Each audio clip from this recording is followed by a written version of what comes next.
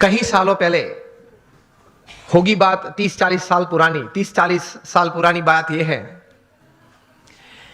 कि थोड़े विचारक इकट्ठे हुए और उन्होंने कुछ यह सोचा, इतिहास के पन्ने देखते देखते कुछ बहुत सफल लोगों के जीवन चरित्र पढ़ते पढ़ते कि कहीं प्रसंग ऐसे बने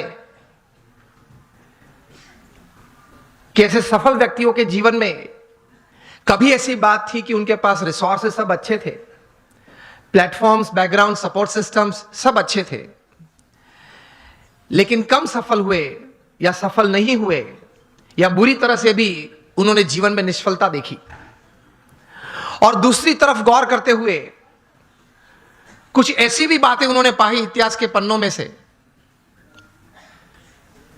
कि रिसोर्सेस कम थे, मतलब पढ़ाई भी थोड़ी कम थी, कुछ फैमिली सपोर्ट कम था, कुछ फाइनेंशियल बैकग्राउंड ठीक नहीं था, समाज में से भी सपोर्ट सिस्टम्स, प्लेटफॉर्म्स कम मिल रहे थे। इस परिस्थिति में भी इन लोगों ने जीवन में बड़ी सफलता पाई। तो ये सब विचारक द्विधा में आ गए कि कहीं बार रिसोर्सेस बड़े अच्छे हैं फिर भी योग्य सफलता नहीं मिली, कम मिली या निष्फलता मिली, और कहीं बार रिसोर्सेस कम थे तो भी ज्यादा सफलता मिली। तो मतलब रिसोर्सेस के अलावा कोई और भी कारण है जिसकी वजह से एक बड़ी इंपैक्ट जीवन में, इधर on the side of success और on the side of failure, it is seen, it is observed, it is experienced. 10-12 साल तक गौर करते करते ये सब विचारक पश्चिम की ये भूमि में एक निश्चित विचार पे आए कि whether you have lesser resources in life और more resources in life to attain all kinds of progress and thus success in life, उसकी गिनती थोड़ी कम है, लेकिन उससे ज्यादा गिनती है आपके जीवन के विचार, आपके जीवन का अभिगम। आप कोई भी परिस्थिति में, कोई भी संजोग में, किसी भी व्यक्ति के साथ कोई कार्य करते करते, कोई संबंध रखते रखते किस प्रकार के विचार रखते हो, इन परिस्थितियों में किस प्रकार का अभिगम आप रखते हो,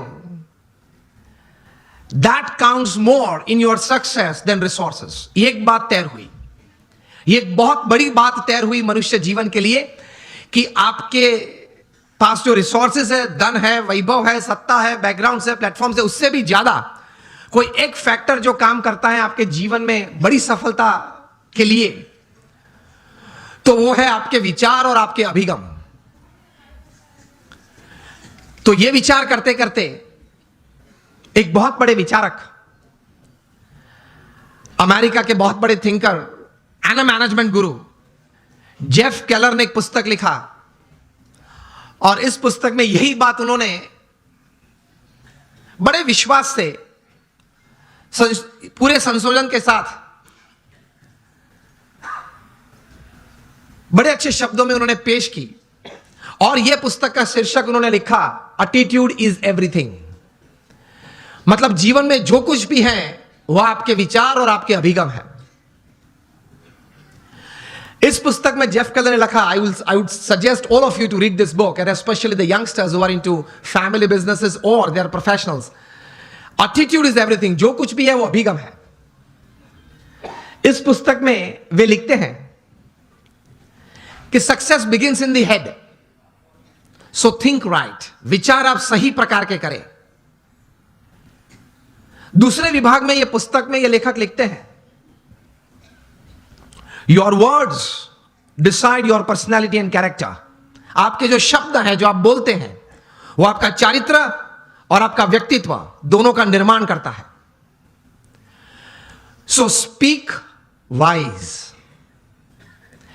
तीसरे विभाग में ये, मतलब अंतिम विभाग में, ये पुस्तक में जेफ केलर लिखते हैं कि your actions actually produce results, so act purposefully.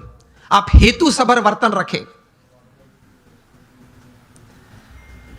So think right, speak well, and you act with purpose. यह अभिगम है आपका। और इस पुस्तक के सेमिनार्स जेफ केलर ने कहीं किए। Top class executives, Fortune 500 executives को उन्होंने ट्रेनिंग भी दी।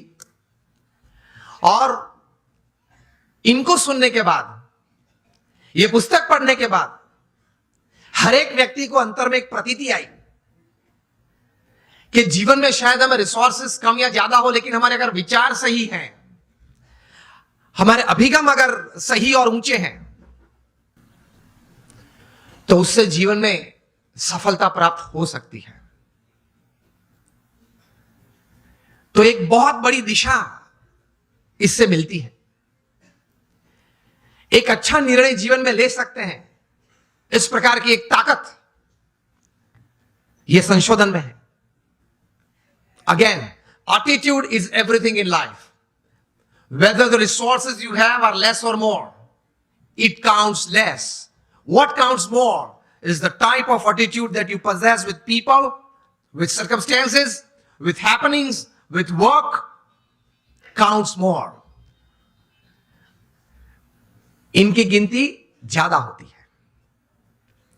तो हम सब यहां बैठे हैं। मैं आपको अगर यह प्रश्न पूछूं, How many of you want success in all walks of life? आप हाथ ऊंचा करें। यहां बैठे हैं आप सबको मैं यह प्रश्न पूछना चाहता हूं कि आपको जीवन में हर तरह की सिद्धि चाहिए या नहीं? If yes, then raise your hands. सबको चाहिए,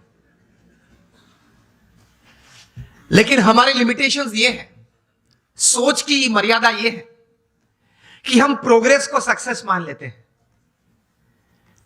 ये एक सबसे बड़ी हमारी भूल है जीवन में।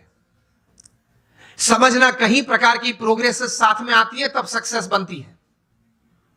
Many types of progresses they come together to bring success in life. Success is not just a good business. Success is not just a few relationships well set.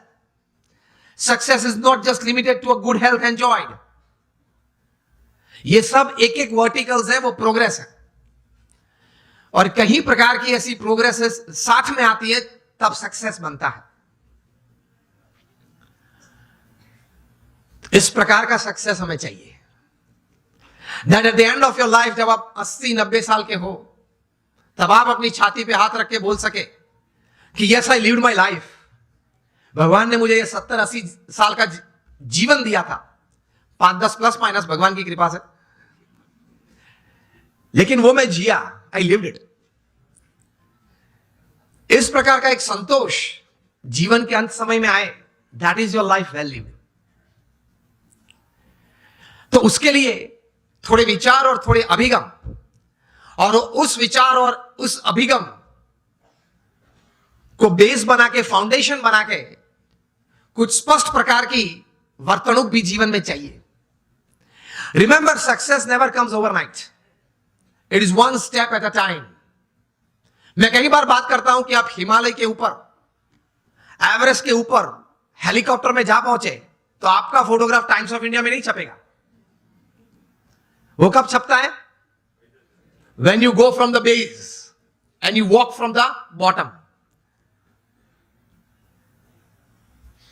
So success is not an overnight story. It is never a one-day story. तो ये विचार सबसे प्रथम जीवन में स्पष्ट करना है। आप कहीं लोग को देखते होंगे, कहीं को मिले भी होंगे कि बहुत चंद समय में, थोड़े समय में बहुत आगे बढ़ गए, लेकिन इनके पीछे भी उनका पुरुषार्थ तो रहता है। कोई सही विचारधारा तो रहती है, कोई स्पष्ट प्रकार के वर्तन भी रहते हैं,